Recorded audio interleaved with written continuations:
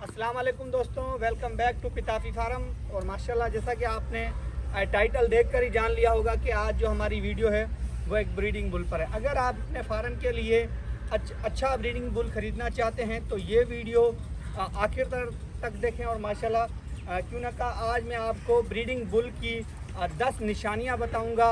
और ज़रूरी ये नहीं है कि आप जो है खूबसूरत बुल देखकर आप ख़रीदें, ठीक है। उसमें मैं ये आपको कुछ निशानियां बताऊंगा और माशाल्लाह क्लोज़अप करके अभी क्योंकि मैं वीडियो बनाऊंगा तो इसलिए आपको निशानियां सारी एक एक करके बताऊंगा। 10 निशानियां हैं माशाल्लाह, आपने नोट करनी है। जब भी आप कोई अपने फार्म के लिए ब्रीडिंग बुल लें माशाल्लाह उसमें ये चीज़ें ज़रूर देखनी है, 10 निशानियाँ।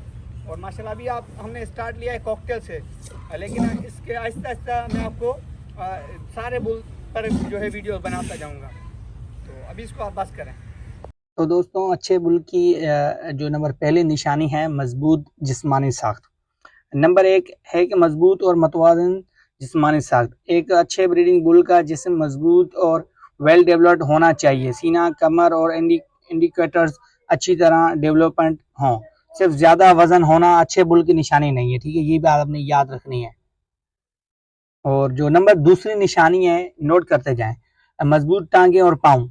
नंबर 2, टांगों और पाँव। ब्रीडिंग बुल्स के लिए मजबूत लेग्स और दुरुस्त फीट बहुत अहम है, क्योंकि बुल्स को आसानी से चलना, ब्रीडिंग के दौरान अपना वजन संभालना होता है, ठीक है। तो आपने जब भी ब्रीडिंग बुल देखना है तो यानी कि वो ठीक हो, लातें शातें हर चीज़ एक्टिव हो, ठीक है। तो कहीं से इशू ना हो बुल में, ठीक है। तो ये दूसरी निशानी है। तो दोस्तों, जैसे मैंने आपको बताया कि तीसरी निशानी है चौड़ा सीना। जैसे मैंने आपको अभी कॉकटेल का फ्रंट से चेस्ट दिखाई, ठीक है। चौड़ा सीना। नंबर 3, चौड़ा सीना और मजबूत चेस्ट। अच्छे बॉडी कैपेसिटी और मजबूत स्ट्रक्चर के लिए चेस्ट की डेवलपमेंट को भी देखें, ठीक है। आपने यानी फ्रंट वाली चेस्ट भी देखनी है, नाफा झालर आगे से देखनी है आपने, ठीक है। हर चीज़ को नोट करना है दोस्तों। जो नंबर चौथी, मजबूत कमर और पिठ यानी पीठ वाला हिस्सा। Number 4, back line. बुल्स की पिठ सीधी और मजबूत और अच्छी तरह डेवलपमेंट होनी चाहिए। बॉडी स्ट्रक्चर में कोई वाज़ेह कमजोरी या डिफॉर्मेटी नजर नहीं आनी चाहिए, ठीक है। तो जब आप बुल को देखें तो ऐसे जैसे ये कॉकटेल खड़ा है ना, सटीक ऐसे सीधा खड़ा हो, ठीक है। तो पीछे से कहीं उनकी जो पीठ हो वो कहीं दबी हुई होती है, तो ऐसे नहीं हो। बुल आप अच्छी तरह चेक करके लेना है। चौथी निशानी हो गई। देखें जी, अभी मैं जो 5वीं निशानी बताऊंगा ये बहुत अहम है, ये आम नहीं है, बहुत अहम निशानी है। 5वीं जो निशानी है body condition. Number 5, body condition. Bull ना बहुत दुबला और ना ही ज़रूरत से ज़्यादा मोटा। मुनासिब बॉडी कंडीशन उसकी सेहत ब्रीडिंग परफॉर्मेंस के लिए अहम है, ठीक है। ना आपने बुल को इतना हद से ज़्यादा मोटा लेना है, क्योंकि हम बात कर रहे हैं ब्रीडिंग बुल्स की, ठीक है। हम पलाई वाली नहीं बात कर रहे, हम ना कोई और बात कर रहे हैं। ना ज़्यादा मोटा हो ना ज़्यादा पतला हो, दरमियाना बुल हो और मतलब हर चीज़ में सही हो भाई। नंबर 6 जो है ना वो सबसे अहम है। नंबर 6 सबसे अहम चीज़ों में एक रिप्रोडक्टिव हेल्थ, ठीक है। ब्रीडिंग बुल का रिप्रोडक्टिव सिस्टम नॉर्मल होना चाहिए। उसकी मुकम्मल जांच के लिए क्वालिफाइड यानी डॉक्टर या वेटनरी एग्जामिनेशन कर रहे हैं, ठीक है। ब्रीडिंग करवाना बेहतर है, उस आप अपने डॉक्टर से या जो एक्सपर्ट हो उससे करवाएं, ठीक है। तो इसमें ये यानी कि बाज़ बुल्स की ना पीनस जो है ख़राब होता है, स्वेलिंग होती है, या उसकी टेस्टिस हद से ज़्यादा बड़े होते हैं, या टेस्टिस कभी एक होता है बुल का, तो ये इशू है। मैं ब्रीडिंग बुल की बात कर रहा हूँ तो सीरियस बात कर रहा हूँ, ठीक है। इसमें आप कोई मजाक वाली बात नहीं है, आपको समझाने के लिए। कल को बाद आपको ब्रीडिंग बुल ले रहे हैं कि कोई आपको कोई ऐसा ना लग जाए जिसका जनाब एक ही टेस्टिस हो या उसका पीनस में इशू हो, तो आपने सारी चीज़ें ये नोट करनी है, या तो फिर क्वालिफाइड डॉक्टर से मशवरा लेना है। तो नंबर 6 निशानी चलने का अंदाज, ठीक है। ये भी एक बहुत अहम चीज़ है। नंबर 7, बुल की मूवमेंट। इसे चलते हुए ज़रूर देखें, अगर चलने में वाज़ा मुश्किल या लंगड़ाहट या लेग्स में मसला हो तो उसे ब्रीडिंग के लिए मुंतवी करने से पहले वेटनरी एग्जामिनेशन ज़रूर करें, ठीक है ना।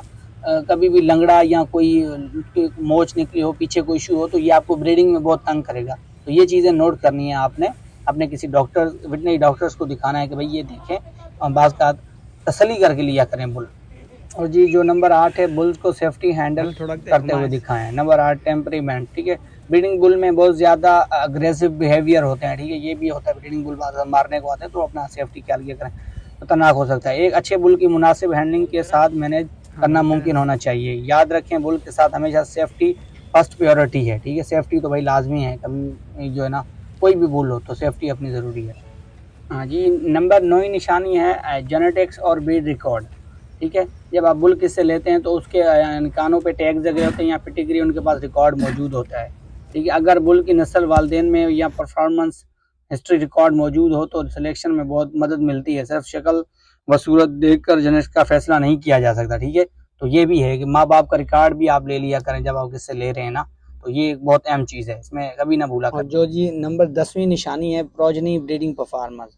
ठीक है, मतलब आखिर में आप जो ना उस बुल्स के बच्चे देखें फार्मर के पास या जिस शौकीन से आप ले रहे हैं, ठीक है, उससे पूरे यानी इन्फॉर्मेशन रिकॉर्ड देखें, बच्चे उसके कैसे आ रहे हैं। ज़ाहिर सी बात है जब आप ब्रीडिंग बुल लेंगे तो आपने बच्चे उसके देखने हैं, तो फिर ही आप ब्रीडिंग बुल लेंगे। तो ये 10वीं अहम निशानी है, बच्चे भी आपने देखने साथ में फार्म पे, यानी उस बुल के जो आप बुल खरीद रहे हैं या जो बच्चा खरीद रहे हैं उसके माँ बाप भी देखने हैं, उसकी पूरी पेडिग्री जिसे हमको पहले बताया कि ये भी देखनी है। ये 10वीं निशानी है।